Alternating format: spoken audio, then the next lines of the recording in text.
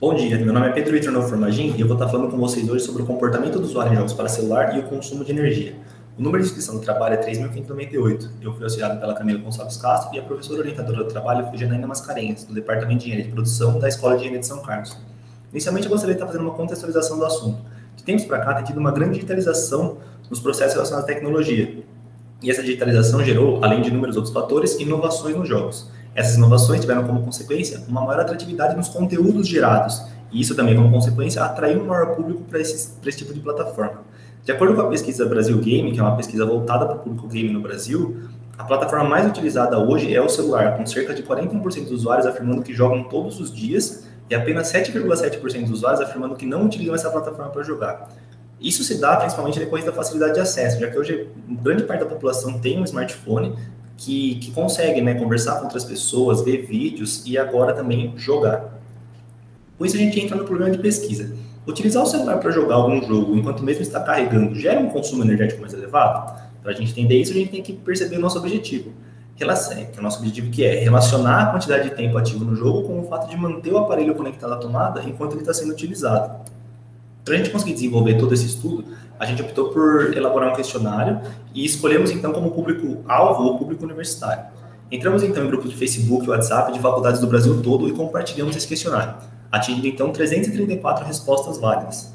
Se vocês considerar que hoje existem no Brasil 8 milhões e 200 mil universitários, com um grau de convivência de 90% e uma margem de erro de 5%, seriam necessárias 273 respostas para validar o estudo. Como a gente obteve 334, a gente consegue dizer que existe sim uma representatividade do todo no estudo que está sendo explicado.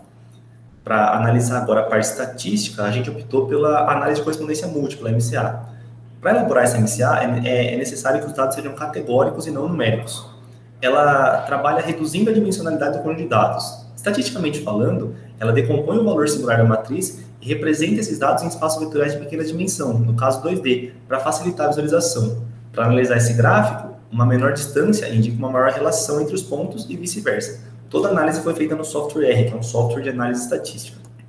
Aqui a gente está vendo, então, o resultado da análise entre o fato de carregar o celular jogando, que pode ser dividido entre sim o tempo todo, não de jeito nenhum, e apenas caso a bateria esteja próxima ao final, com o tempo que o usuário se mantém no jogo, que varia de muito baixo até muito alto. É importante citar, como eu já falei, que esses dados têm que ser categorizados. Então, o muito baixo são períodos de 0 a 1 hora, baixo de 1 a 2 horas, intermediário de 2 a 4 horas, alto de 4 a 6 horas e muito alto acima de 6 horas.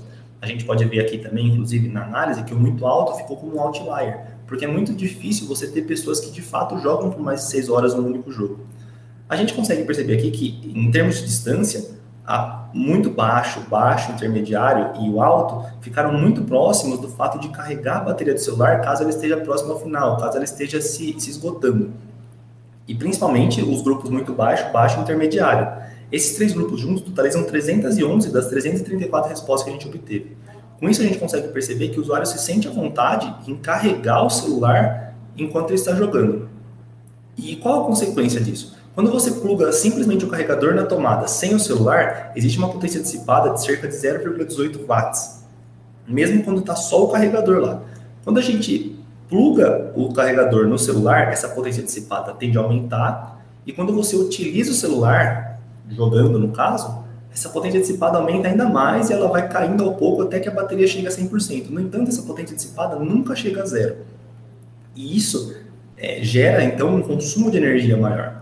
Como contribuição principal, a gente consegue notar que existe sim um efeito rebote presente. Os usuários se sentem à vontade em utilizar o celular mesmo quando ele está carregando. E isso gera um consumo energético maior, porque, como eu falei, a potência dissipada aumenta e uma consequência disso é um consumo energético mais elevado. A energia ela tem que ser direcionada para suprir uma necessidade que está sendo criada pelo usuário em questão.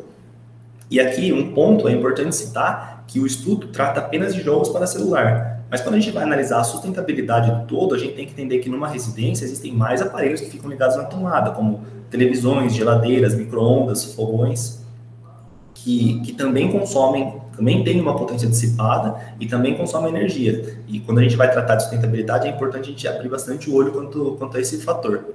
Bom, era isso que eu queria estar falando. Obrigado pela atenção.